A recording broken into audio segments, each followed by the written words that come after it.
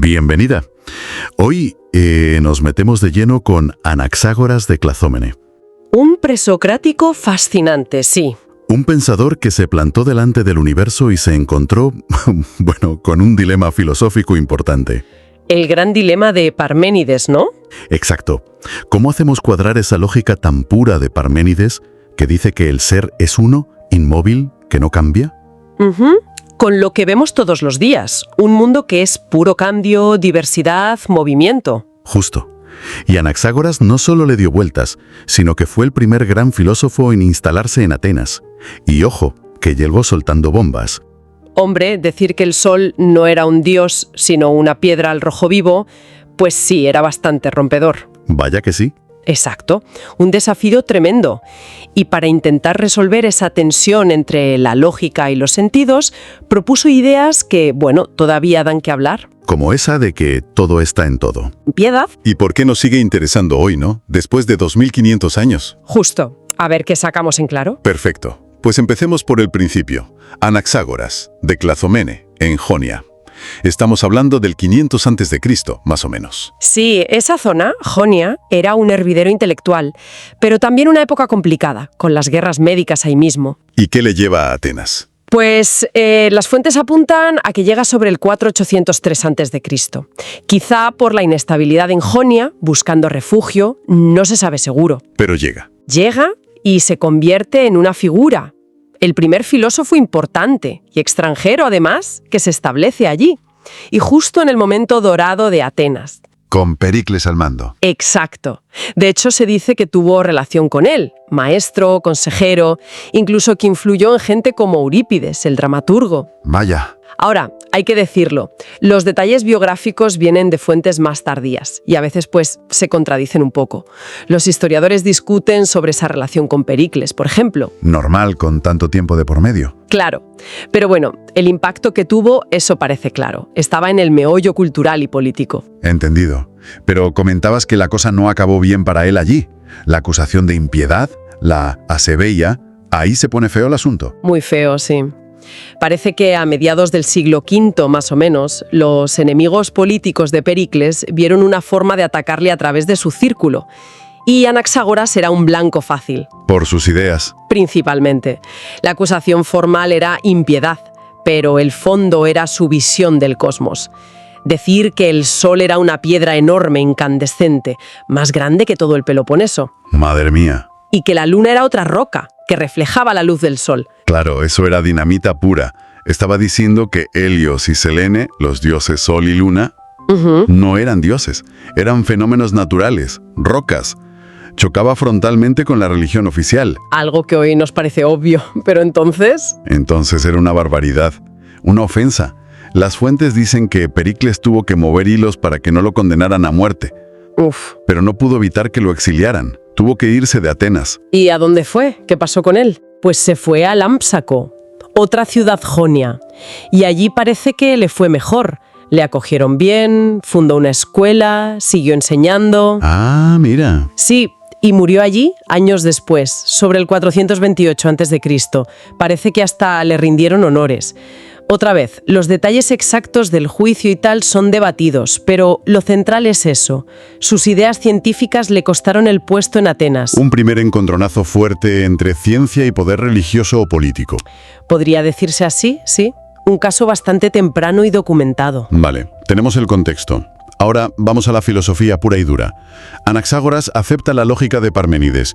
Nada puede surgir de la nada, ni desaparecer en la nada. Nada nace, ni perece. Eso es, el punto de partida parmenídeo. Pero entonces, ¿cómo explicamos el cambio? Si las cosas nacen, crecen, mueren, ¿qué pasa ahí? Ese es el gran desafío que él recoge. Y su solución es, bueno, muy ingeniosa. Nos obliga a cambiar el chip sobre lo que significa nacer y morir. ¿Cómo? Para Anaxágoras, esas palabras son incorrectas. Lo que de verdad pasa es mezcla y separación. Hay unos componentes básicos, eternos, que siempre están ahí. Lo que cambia es cómo se combinan. O sea, ¿como un Lego cósmico? Algo así, pero infinitamente más complejo. Él lo dice claro en un fragmento, el 17. Los griegos no aciertan al hablar de nacer y perecer. Ninguna cosa nace ni perece, sino que de las cosas que son se produce la mezcla y la separación. Interesante. Y añade que lo correcto sería llamar al nacer mezclarse y al perecer separarse. Vale, o sea, ¿todo es reorganización? ¿Y cuáles son de esas piezas básicas, esos componentes eternos? Aquí viene su idea más famosa y, bueno, la que más cuesta asimilar al principio. En todo hay una porción de todo. Pantaisen pansin, ¿no? Esa misma. Él las llamó semillas, espermata. Imagina un número infinito de partículas diminutas, eternas, que no cambian en sí mismas. Aristóteles luego las llamó homeomerías. Partes similares, creo que significa. Algo así, sí. Partes que son cualitativamente como el todo del que provienen. Pero a ver, en todo hay porción de todo. Suena extraño, que en esta mesa hay semillas de agua y de fuego. Exactamente eso. Suena radical, lo sé, pero piensa en su lógica. La materia se puede dividir infinitamente, ¿vale? Vale.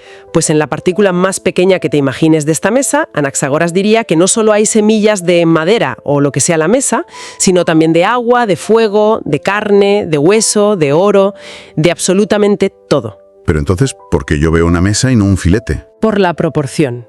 Lo que llamamos mesa es esa mezcla donde las semillas de mesa predominan masivamente. Las de filete, oro, etc. están, pero en cantidades tan minúsculas que ni las notamos. Ajá. Él ponía el ejemplo de la comida.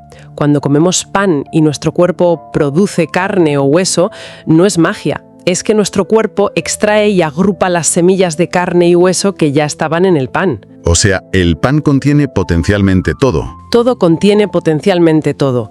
Lo que vemos es lo que predomina. El oro es oro porque predominan las semillas de oro, pero todas las demás están ahí, ocultas, digamos. Es una forma increíblemente lista de salvar la lógica de Parménides. Nada nuevo se crea. Sin negar lo que vemos, las cosas cambian. Totalmente. Un encaje de bolillos conceptual. Resuelve el problema de la creación ex nihilo y la aniquilación total. Todo es transformación por mezcla y separación. Vale, me hago una idea. Pero claro, si al principio todas esas semillas estaban mezcladas en una especie de puré cósmico primordial. Una mezcla total, sí, donde nada se distinguía. ¿Quién o qué puso orden ahí? ¿Cómo empezó ese proceso de separación que crea el mundo que vemos? Buena pregunta. Porque la mezcla por sí sola no explica el orden, el cosmos. Y aquí Anaxágoras saca su as de la manga, su idea más rompedora, el nous. La mente, el intelecto. Sí, una mente o razón cósmica. ¿Y cómo es? ¿Es otra semilla más de la mezcla? No, esa es la clave fundamental. El nous es completamente diferente a la materia, a las semillas. Anaxágoras insiste mucho en esto. ¿En qué sentido diferente?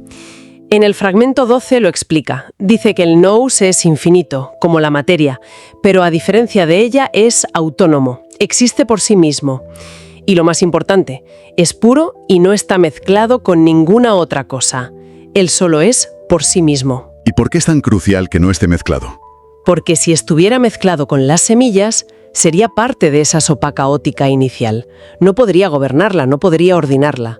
Su pureza, su separación, es lo que le da el poder de actuar sobre la materia como desde fuera. Entiendo. Y le da más características, ¿no? Sí, dice que es omnisciente, que lo sabe todo y que tiene el máximo poder. Su función es poner en marcha el cotarro. ¿Cómo? ¿Diseña el mundo? ¿Es un dios creador entonces? Cuidado ahí. No exactamente un dios creador al estilo de las religiones posteriores. El nous no crea la materia. Las semillas son eternas. Lo que hace es iniciar el orden. ¿Y cómo lo inicia? Anaxágoras describe que impone un movimiento rapidísimo, un torbellino, una rotación llamada perichoresis sobre la mezcla inicial. ¿Un torbellino? Sí, y esa rotación es la que empieza a separar las cosas por afinidad o por sus propiedades. Lo ligero y caliente se va hacia afuera, formando el éter y los cielos. Lo denso, húmedo y frío se concentra en el centro, formando la tierra. O sea que es como el motor de arranque del universo. Da el primer impulso y luego... Y luego parece que el proceso sigue por sí mismo, por las leyes físicas de esa mezcla y separación inducida por el torbellino. Ya veo. Y esa es justo la crítica que le hicieron Platón y Aristóteles después. ¿Cuál? Pues que Anaxágoras, aunque tuvo la genialidad de introducir una mente como causa primera, la usó de forma un poco limitada. Exacto. Casi como un deus ex machina. La mete para explicar el inicio del movimiento, el primer empujón, pero luego no parece usarla para explicar por qué el mundo es como es, cuál es su finalidad, su bien, su propósito, la teleología. No hay un plan divino detallado en el Nous.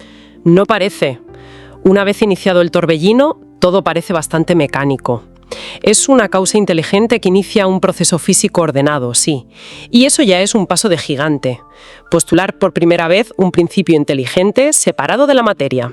Un paso enorme, sin duda. Pero su función parece más cosmológica inicial que ética o teleológica constante.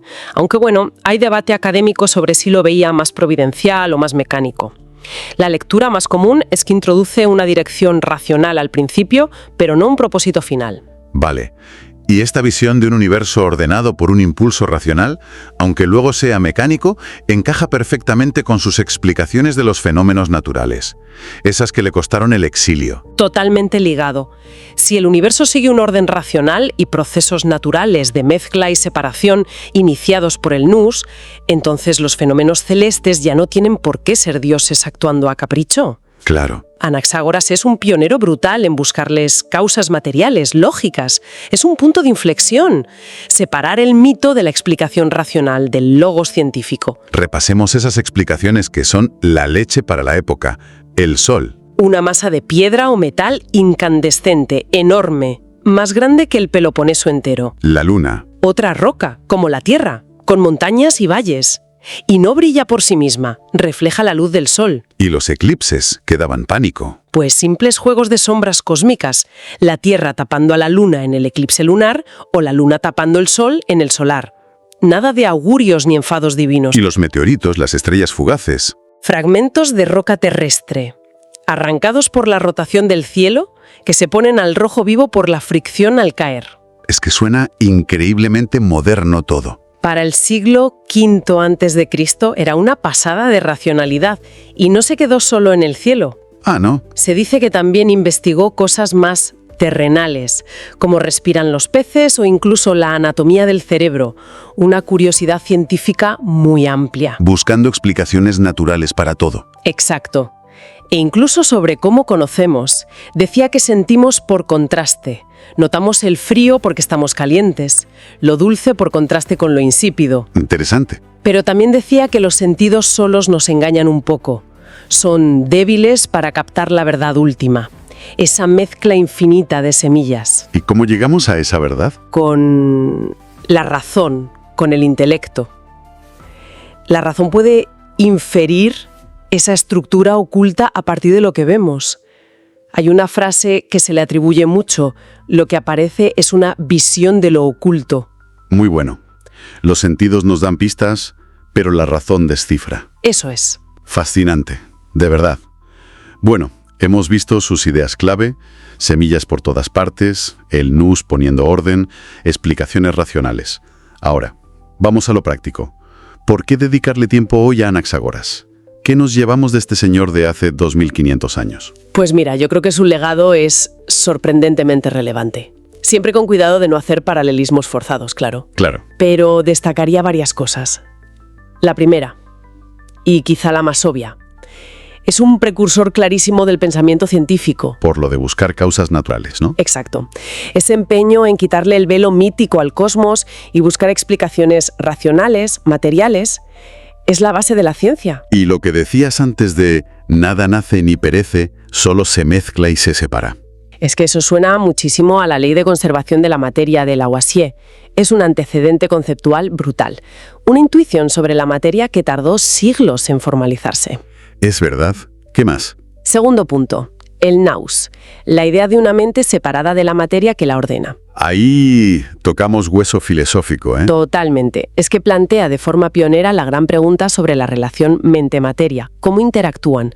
¿Puede el orden complejo, la inteligencia, surgir solo de la materia tonta? Son debates que siguen hoy en filosofía de la mente, en inteligencia artificial, en biología. Exacto.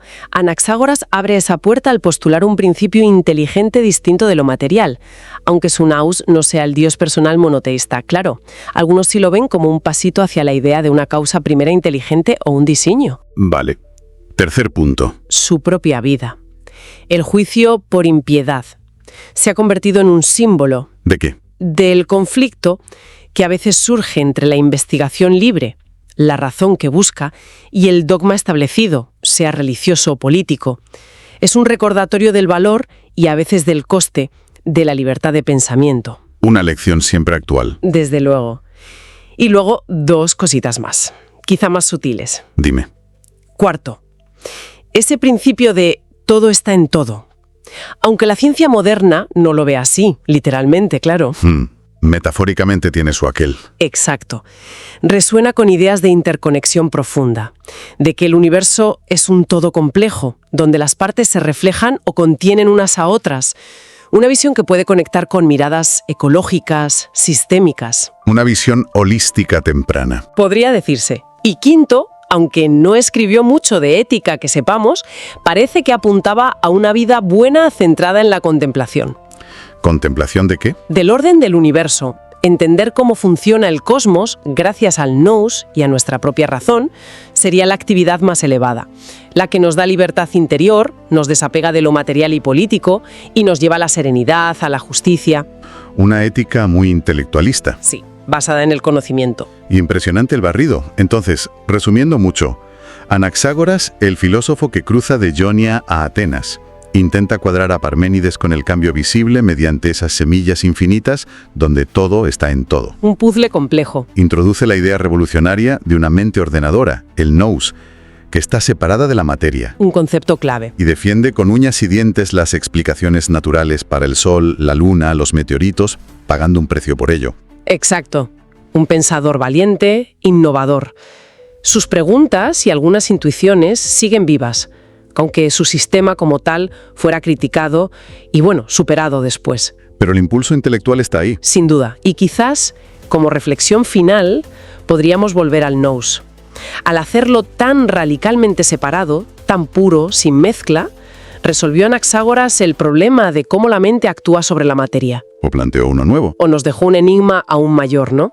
¿Cómo puede algo tan distinto, tan limpio, interactuar con el mundo físico, ordenarlo, sin mancharse, sin formar parte de él de algún modo? La eterna pregunta de la interacción mente-cuerpo, llevada al cosmos. Algo así, esa tensión entre lo inteligible y lo material, entre la razón ordenadora y el mundo físico, es una de las grandes cuestiones que Anaxágoras puso sobre la mesa. Y ahí sigue, desafiándonos.